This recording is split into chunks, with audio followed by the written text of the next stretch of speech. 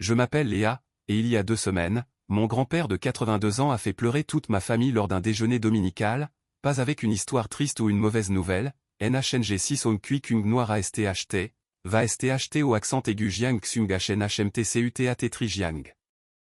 Mais avant d'en arriver à ce moment qui a tout changé, je dois vous ramener en arrière pour que vous compreniez pourquoi un homme qui n'a jamais élevé la voix en 40 ans s'est soudainement levé au milieu d'un barbecue du 14 juillet et a dit quelque chose de si brutal que ma sœur en a lâché son assiette et que ma mère n'a pas pu le regarder en face pendant 3 jours. J'ai 29 ans, j'habite près de Nantes et j'ai une petite fille de 4 ans qui s'appelle Luna. C'est la lumière de ma vie, elle est rigolote, curieuse, elle parle aux coccinelles comme si c'était ses copines et elle dessine des plans de notre appartement en étiquetant chaque pièce avec de petites lettres gribouillées. Elle a 4 ans, elle est parfaite, et il y a 2 semaines, ma sœur aînée, Aurélie, a regardé mon bébé, et a dit quelque chose de si cruel que j'en ai encore mal au cœur rien qu'en y pensant. Mais je brûle les étapes. Laissez-moi commencer par le début. En grandissant, j'étais la 2e fille. Ma sœur Aurélie a 3 ans de plus que moi et, d'aussi loin que je me souvienne, elle a toujours été l'enfant prodige, et je ne dis pas ça avec amertume, enfin peut-être un peu, mais c'est surtout un fait. Aurélie est celle pour qui mes parents, François et Daniel, ont payé une école privée catholique prestigieuse, celle qui a eu sa première voiture à 18 ans, celle pour qui un compte épargne-études existait vraiment. Moi, j'ai eu les vêtements d'occasion, le lycée public et un abonnement de bus-temps. Honnêtement, pendant longtemps, j'ai cru que c'était normal, je pensais que je n'étais peut-être pas le genre d'enfant qui méritait plus, c'est dingue de penser ça, non? Aurélie a épousé un gars nommé Thibaut quand elle avait 24 ans. Thibaut travaille dans le marketing pharmaceutique, roule en Audi de fonction et parle de ses bonus comme si c'était un trait de personnalité. Ils ont 2 enfants, Hugo, 7 ans, et Zoé, 4 ans. Aurélie ne travaille pas, et attention, il n'y a rien de mal à être mère au foyer, c'est un travail difficile, mais Aurélie ne fait pas vraiment ça non plus puisqu'elle a une nounou 3 jours par semaine. Elle va au Pilates et poste des stories Instagram sur la vie de maman pendant que quelqu'un d'autre prépare les goûters de ses enfants. Pourtant, pour mes parents, elle reste la fille qui a réussi. Moi, je suis tombée enceinte de Luna à 25 ans et le père, un certain Cédric, est parti avant même sa naissance, il a juste fait ses valises pour s'installer à Marseille sans même envoyer un SMS. Alors, j'ai élevé Luna seule, j'ai cumulé 2 boulots, hôtesse de caisse chez Leclerc la journée et ménage dans des bureaux le soir. Je dormais à peine, j'ai pleuré sous la douche plus de fois que je ne peux compter, et pas une seule fois, pas une seule, mes parents n'ont proposé leur aide, ni financièrement, ni pour garder la petite, ni même avec un mot gentil. Ma mère m'a même dit un jour, « Écoute Léa, tu as fait ton lit, maintenant il faut te coucher », comme si ma fille était une erreur ou une punition. Vous savez qui m'a aidé? Mon grand-père. Il s'appelle Bernard. Papy Bernard a 82 ans, c'est un ancien électricien à la retraite qui vit dans une petite maison arrosée avec un potager auquel il parle et un chien nommé Général. Papy Bernard est le genre d'homme qui est toujours là. Quand Luna est née, il a fait 40 minutes de route jusqu'à la maternité avec un doudou éléphant et une carte disant « Bienvenue au monde, petite patronne ». Quand je ne pouvais pas payer mon loyer un mois, il a discrètement glissé 300 € dans mon sac en me disant que c'était pour l'essence. Quand Luna a fait sa rentrée en maternelle, devinez qui était là avec son appareil photo? Pas mes parents, pas Aurélie, c'était Papy Bernard. C'est la seule raison pour laquelle je n'ai pas totalement sombré. On en arrive donc à il y a 2 semaines, pour le week-end du 14 juillet. Mes parents ont décidé de faire un grand pique-nique familial au parc du Grand Blotreau. Ils font ça chaque année, grillade, salade piémontaise, la totale. Et chaque année j'y vais parce que Papy Bernard y est et que je veux que Luna soit proche de lui. C'est la seule raison, car honnêtement, chaque fois que je suis avec ma famille, il se passe quelque chose qui me fait regretter d'être venu. Cette année, Aurélie est arrivée avec 40 minutes de retard, ce qui lui ressemble bien. Elle est descendue de l'Audi de Thibaut dans une robe d'été qui coûtait probablement plus cher que ma facture d'électricité et a immédiatement commencé à se plaindre que les tables de pique-nique étaient collantes. Ma mère s'est précipitée pour les essuyer, bien sûr. J'étais assise avec Luna qui coloriait un petit cahier d'activités que j'avais apporté. Elle dessinait une maison, notre maison, disait-elle, avec un grand soleil jaune et un jardin. Elle était si concentrée, si fière. Je la regardais en me disant, cette petite va devenir quelqu'un, elle va s'en sortir, je dois juste continuer à tenir bon. C'est là qu'Aurélie s'est approchée. Elle a regardé le dessin de Luna, puis m'a regardé et a dit, et je jure que je n'oublierai jamais ces mots, c'est mignon, j'imagine. Mais soyons réalistes Léa, elle n'ira probablement pas très loin dans les études. Au moins, elle pourra garder mes enfants plus tard, je lui donnerai même 50 balles pour ça. Je l'ai juste fixée, incapable de répondre, mon cerveau était comme gelé. Elle venait de dire ça de mon enfant, d'une petite fille de 4 ans qui était assise juste là à colorier sa maison. Et vous savez ce que mes parents ont fait? Ma mère a ri. Pas un rire nerveux, un vrai rire, comme si Aurélie venait de raconter une super blague. Et mon père, François, a ricané en secouant la tête genre « Ah, cette Aurélie, elle est trop drôle ».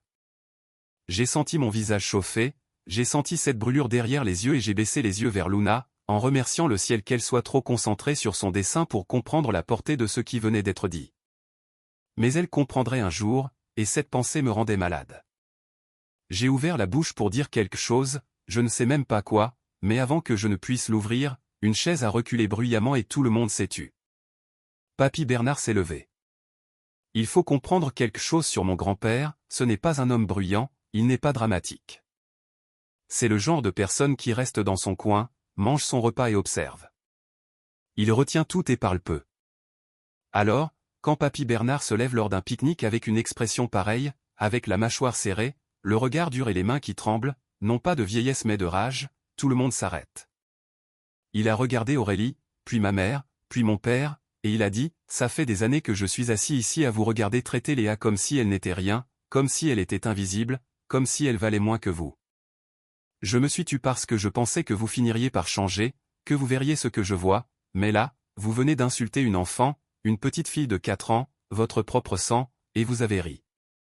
Ma mère a essayé de bafouiller, mais papa, c'était juste une blague. Tais-toi, a-t-il dit, d'un ton si bas, si ferme et si définitif que ma mère a fermé la bouche instantanément. Il s'est tourné vers Aurélie, tu penses que tu vaux mieux que Léa parce que ton mari gagne bien sa vie? Tu penses être supérieur parce qu'on t'a tout servi sur un plateau d'argent pendant qu'elle devait se battre pour des miettes? Laisse-moi te dire une chose, Aurélie. Tout ce que tu as, cette maison, ces voitures, ce train de vie, ce n'est pas Thibaut qui te l'a donné, c'est moi. C'est moi qui ai donné l'apport pour la maison de tes parents où tu as grandi, c'est moi qui ai payé tes études, c'est moi qui ai cautionné ton premier appart. Et j'ai vu tes parents verser chaque goutte de ce que je leur donnais sur toi, alors que Léa n'avait rien. Le visage d'Aurélie est devenu livide, Thibaut avait l'air de vouloir disparaître sous la terre. Et là, Papy Bernard a lâché la bombe qui a tout brisé. Il a regardé mon père et a dit, « François, j'en ai fini. Je vous coupe les vivres, tous autant que vous êtes. La SCI, les comptes de famille, tout. Je vais tout refaire chez le notaire dès demain. Chaque centime que je possède ira à Léa et Luna, parce que ce sont les seuls dans cette famille qui le méritent. » Mon père en est resté bouche bée, ma mère s'est accrochée au bord de la table comme si elle allait s'évanouir, et Aurélie a commencé à pleurer, pas parce qu'elle s'en voulait, mais parce qu'elle avait peur. Papy Bernard a juste ramassé son assiette, s'est approché de moi et Luna, s'est assis à côté de nous et a dit, « Alors, petite patronne, il est magnifique ce dessin. » Je suis resté là à sangloter devant ce pique-nique, avec la salade qui réchauffait au soleil et ma famille qui nous fixait comme si le monde venait de s'arrêter. Et pour eux, c'était peut-être le cas. Mais pour moi, quelque chose commençait à peine, car ce qui s'est passé après ce pique-nique, ce que mon grand-père a fait ensuite et ce que ma famille a tenté de faire pour l'arrêter, c'est là que l'histoire devient vraiment intense. Et croyez-moi, Aurélie n'allait pas se laisser faire sans rien dire. Après le pique-nique, je suis rentré en silence. Luna s'est endormie dans son siège auto, serrant son cahier d'activité, et je conduisais avec les larmes aux yeux, mais c'était des larmes de soulagement, comme si un poids de 29 ans venait de quitter ma poitrine. Mais voilà le truc avec les familles comme la mienne, quand quelqu'un prend enfin votre défense, il ne l'accepte pas, il panique, il complote et joue les victimes. Le lendemain matin, je me suis réveillé avec 14 appels manqués. Ma mère m'a écrit, « Ton grand-père est confus, il est vieux, on doit se parler en famille. » Aurélie m'a envoyé, « Tu dois dire à papy que tu ne veux pas de son argent, ce n'est pas juste. » Et mon père, qui ne m'appelle jamais, a envoyé un SMS laconique, « Appelle-moi. » Je n'ai rappelé personne. Pas par méchanceté, enfin peut-être un peu, mais surtout parce que je n'avais pas l'énergie de me faire manipuler à 7 heures du matin. Vous me blâmez? À la place, j'ai appelé Papy Bernard. Il a décroché dès la première sonnerie. Ça va, ma Jojo? C'est son surnom pour moi depuis mes 3 ans. Je lui ai dit qu'il n'était pas obligé de faire ça, mais il a répondu, Léa, j'aurais dû le faire il y a 10 ans. Je les ai regardés t'affamer alors qu'ils mangeaient à ma table. Mais insulter Luna, ce bébé, c'était la goutte d'eau. Il m'a annoncé qu'il avait déjà appelé son notaire, Maître Maillard, le matin même pour tout restructurer. La donation qu'il avait prévue pour mes parents était annulée, tout irait directement à moi et Luna, sa maison, ses économies, ses 2 appartements en location à Angers, tout. Soyons honnêtes, certains diront que c'est une question d'argent, mais j'ai été fauché toute ma vie d'adulte et j'ai survécu. Ce que Papy Bernard faisait, c'était une reconnaissance, c'était quelqu'un qui disait enfin, je vois ce qu'ils t'ont fait et je vais réparer ça. Puis il a fait quelque chose que personne n'avait vu venir, il a demandé à récupérer la maison. Voyez-vous, la grande maison de mes parents était dans une SCI familiale que Papy contrôlait, il avait payé l'apport et aidé pour le crédit pendant des années. Mes parents y vivaient comme si c'était la leur, mais techniquement, ils n'étaient que locataires à titre gratuit. Ma mère m'a appelé en hurlant, il va nous virer de notre maison, Léa, dis-lui d'arrêter, il t'écoute toi. J'ai répondu, il m'écoute parce que je ne lui ai jamais donné de raison de ne pas le faire, et je me suis surprise moi-même de cette répartie. Puis elle a ajouté, tu as toujours été jalouse d'Aurélie. Jalouse d'une femme incapable de préparer un sandwich à ses gosses. J'ai raccroché. Aurélie a alors tenté le tout pour le tout, elle a débarqué chez Papy Bernard sans prévenir avec Hugo et Zoé comme accessoire de pitié.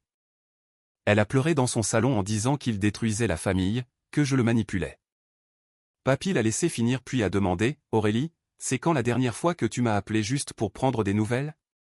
Pas pour demander quelque chose, juste pour parler? Elle n'a pas répondu, parce que la réponse était jamais. Léa m'appelle tous les dimanches, Luna dessine pour mon frigo. Toi, tu amènes tes enfants ici quand tu as besoin de quelque chose. C'est ça la différence. Alors Aurélie est passée en mode terre brûlée, elle a appelé toute la famille élargie en disant que j'avais monté Papy contre eux, elle a dit à ma tante que je volais un vieil homme sénile, elle a posté des trucs vagues sur Facebook sur la trahison familiale. Certains l'ont cru, j'ai commencé à recevoir des messages d'insultes. Je suis devenue la méchante d'une histoire que je n'avais pas écrite. Ça a fait mal. Un soir, après avoir couché Luna, je me suis demandé si je ne devais pas tout annuler. Mais le jeudi soir suivant, en brossant les dents de Luna, elle m'a regardé et a demandé, « Maman, est-ce que je vais devenir une gardienne d'enfants ?» Mon cœur s'est arrêté. Elle a ajouté, « Tata Aurélie a dit que ce serait mon travail. » Elle l'avait entendu au pique-nique, c'était resté dans sa tête pendant 2 semaines, elle pensait que son avenir était déjà scellé par ces mots cruels.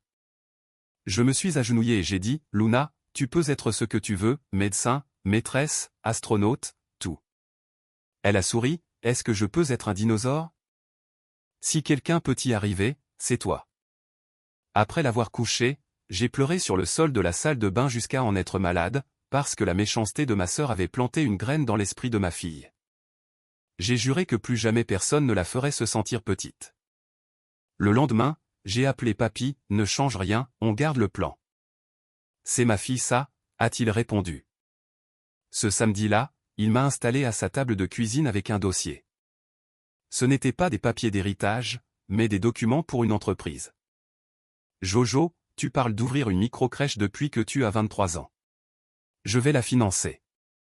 Il avait déjà trouvé un local commercial à Saint-Herblain, il avait un plan, des chiffres. Tout ce qu'il lui fallait, c'était moi. J'ai fixé le dossier sans pouvoir parler. C'était mon rêve secret, celui dont je parlais à voix basse pendant mes heures de ménage la nuit. Papy, je ne sais pas si j'en suis capable. Tu as élevé Luna seule avec 2 boulots sans aucune aide, tu peux tout faire. J'ai signé l'après-midi même.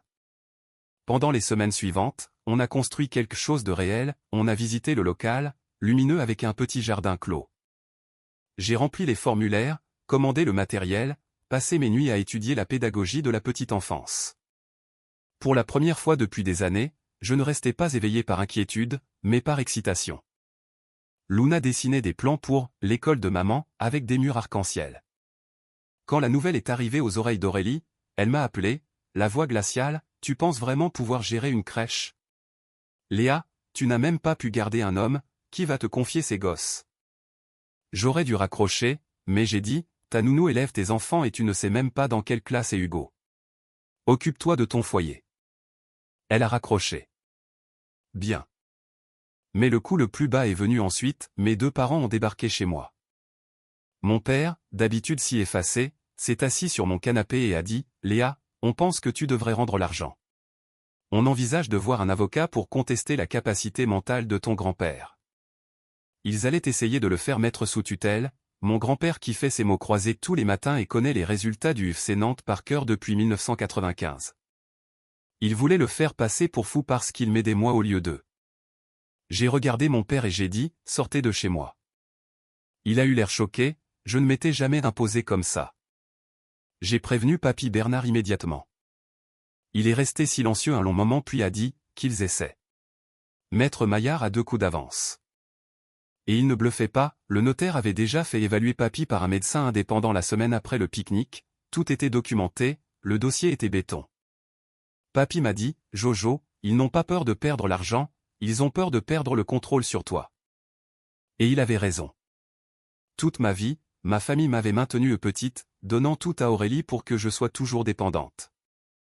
Maintenant qu'on m'aidait à m'élever, ils étaient terrifiés. Une Léa indépendante est une Léa qu'ils ne peuvent plus écraser. Cette réalisation m'a changé. J'ai arrêté de pleurer, j'ai arrêté de douter. J'ai passé ma vie à essayer de gagner l'amour de gens qui avaient décidé que je ne valais rien avant même ma naissance. J'ai ouvert ma crèche, que j'ai nommée Racine Lumineuse. Mais leur menace de mise sous tutelle n'était pas leur dernier coup. Ce qu'ils ont tenté ensuite, je ne l'aurais jamais prédit. Environ 3 semaines après avoir signé le bail, on a frappé à ma porte un dimanche après-midi. C'était Aurélie. Mais pas la Aurélie froide et méprisante habituelle, elle avait les yeux rouges, pas de maquillage, les cheveux en bataille. Elle avait l'air brisé. « Je peux entrer ?» Mon instinct disait non, mais malgré les insultes, je reste moi-même, celle qui laisse la porte ouverte. Elle s'est assise et a dit, « Thibaut me quitte. Il a une liaison avec une collègue, il a déjà déménagé la moitié de ses affaires. » Une partie de moi s'est dit que le karma allait vite, mais une autre partie, celle qui se souvenait d'Aurélie me tressant les cheveux quand j'étais petite, était juste triste. J'ai dit que j'étais désolé. Puis elle a lâché, « J'ai besoin que tu parles à papy. J'ai besoin d'argent Léa, Thibaut va se battre pour tout garder. » Elle ne venait pas voir sa sœur, elle venait voir un distributeur de billets. « Je ne demanderai rien à papy pour toi, pas après ce que tu as fait. » Elle a pleuré plus fort, « Je n'ai rien sans lui, la maison est à son nom, les voitures aussi, je n'ai pas travaillé depuis 7 ans, je n'ai même pas de CV. » C'était vrai, elle avait bâti sa vie sur l'argent des autres et maintenant qu'il partait, elle n'était plus rien. Je voulais lui dire, « Tu as fait ton lit, mais je ne suis pas ma mère. » Cependant, je n'allais pas être sa bouée de sauvetage sans une vérité d'abord. Avant que je réfléchisse à t'aider, réponds-moi franchement, est-ce que tu pensais vraiment ce que tu as dit sur Luna? Elle a baissé les yeux, j'étais jalouse de toi, Léa. J'ai presque ri. Jalouse de moi? Tu as Luna, tu as papy, les gens t'aiment pour qui tu es. Thibaut m'a épousée parce que je présentais bien à côté de lui, maman et papa m'ont soutenu parce que je les faisais paraître réussis. Personne ne m'a choisi pour moi-même. Quand je t'ai vue au pique-nique, heureuse avec rien, je t'ai détesté. Alors j'ai dit cette horreur. Je suis désolé. Je ne m'attendais pas à ça. Je n'ai pas pardonné tout de suite, on n'efface pas une insulte envers une enfant en une conversation, mais je l'ai entendue. Le soir même, j'ai appelé papy. Il a réfléchi et a dit, on va arranger ça à tes conditions, pas aux siennes. Voici ce qui s'est passé, papy Bernard n'a pas donné d'argent directement à Aurélie. À la place, il a payé une excellente avocate spécialisée en droit de la famille pour qu'elle puisse se défendre contre Thibaut sans avoir besoin de cash immédiatement. Puis il a posé ses conditions à mes parents pour ne pas les expulser de leur maison. 1. Il devait me présenter des excuses sincères. 2. Aurélie devait s'excuser devant Luna en la regardant dans les yeux. 3. Mes parents devaient signer un document reconnaissant que leur maison appartenait définitivement à la SCI de papy, et qu'à sa mort, elle deviendrait le fonds d'études de Luna. Mon père a mis 5 minutes avant de répondre, d'accord. Parce qu'il savait que l'homme qui tenait les cordons de la bourse était arrivé à sa limite. Ma mère m'a appelé 2 jours plus tard, la voix tremblante, « Léa, je n'ai pas été juste avec toi, j'ai tout donné à ta sœur et je t'ai délaissé. Je regrette. Est-ce que c'était suffisant? Je ne sais pas, mais sa voix s'est brisée et je pense qu'elle le pensait un peu. Le plus dur a été le samedi où Aurélie est venue voir Luna. Elle s'est assise par terre et a dit, « Luna, j'ai dit quelque chose de méchant au pique-nique, j'ai dit que tu ne pourrais pas réussir de grandes choses, et j'avais tort. Tu es intelligente, créative, et tu peux devenir tout ce que tu veux. Est-ce que tu me pardonnes ?» Luna l'a regardé et a répondu, « C'est pas grave tata, tu veux voir mes dessins. Les enfants sont meilleurs que nous, vraiment. » Au cours des 2 mois suivants, les choses ont bougé, maladroitement. Ma mère est venue un week-end m'aider à poser des rideaux à la crèche. Mon père est venu au spectacle de danse de Luna, assis au fond, il a applaudi comme si elle avait gagné les JO. En sortant, il m'a dit, « Elle est spéciale cette petite, tu fais du bon boulot Léa. » Cette mot de mon père, c'est quasiment un roman. Le divorce d'Aurélie a été moche, mais elle a obtenu un accord équitable, a déménagé dans un petit appart et a trouvé un job de réceptionniste dans un cabinet dentaire. Ce n'est pas glamour, mais elle y va tous les jours, et je respecte ça. Elle m'a même demandé si Hugo et Zoé pouvaient venir à Racines Lumineuses après l'école, et j'ai dit oui. Papy Bernard est venu pour l'inauguration un samedi d'octobre. 12 familles étaient déjà inscrites. Luna courait partout en criant, « C'est ma maman qui a construit tout ça. » Papy s'est tenu sur le seuil, a regardé les murs verts d'eau et les petits casiers en bois, puis m'a dit, « Ta grand-mère aurait été si fière de toi, ma Jojo. » Là, j'ai craqué, j'ai pleuré comme un bébé devant tout le monde, pas très pro pour une directrice, mais je m'en fichais. Ce que j'ai appris, c'est que la famille, ce n'est pas forcément les gens qui sont censés vous aimer, c'est ceux qui vous aiment vraiment. J'ai passé 29 ans à essayer de gagner ma place dans une famille qui avait décidé que je n'en avais pas, et il a fallu qu'un homme de 82 ans se lève lors d'un pique-nique pour tout changer. On n'est pas parfait, ma mère dit encore des trucs qui me font serrer les dents, mais ils essaient. Et je crois en ça, je crois que les gens peuvent changer. Luna m'a dit l'autre jour qu'elle voulait construire une école quand elle serait grande, comme toi maman, mais avec un toboggan géant. Alors non, elle ne sera la boniche de personne.